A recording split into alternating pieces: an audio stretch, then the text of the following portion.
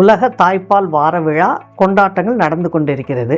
இந்த தருணத்தில் தாய்ப்பால் எவ்வளோ நாள் குழந்தைக்கு கொடுக்கலாம் அப்படிங்கிறத தெளிவுபடுத்துறதுக்காக நான் பேசுகிறேன். முதல் 6 மாதம் தாய்ப்பாலை தவிர ஒரு சொட்டு தண்ணி கூட குழந்தைக்கு கொடுக்கக்கூடாது.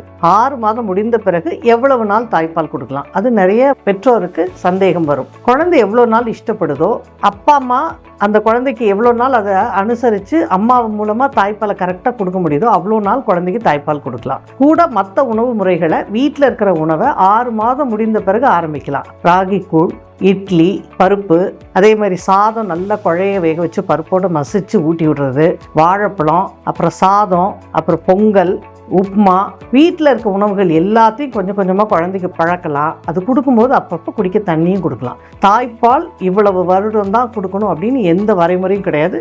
குழந்தை இஷ்டப்படுற வரைக்கும் கொடுக்கலாம். ஆனால் முதல் 6 மாதம் உறுதியாக தாய்ப்பாலை தவிர ஒரு சொட்டு தண்ணி கூட கொடுக்கக்கூடாது. உங்கள் குழந்தைக்கு நல்லபடியாக தாய்ப்பாலை கொடுத்து இந்த குழந்தை நல்லா வளர்கிறதுக்கு எல்லா விதத்திலும் எங்களுடைய வாழ்த்துக்கள்.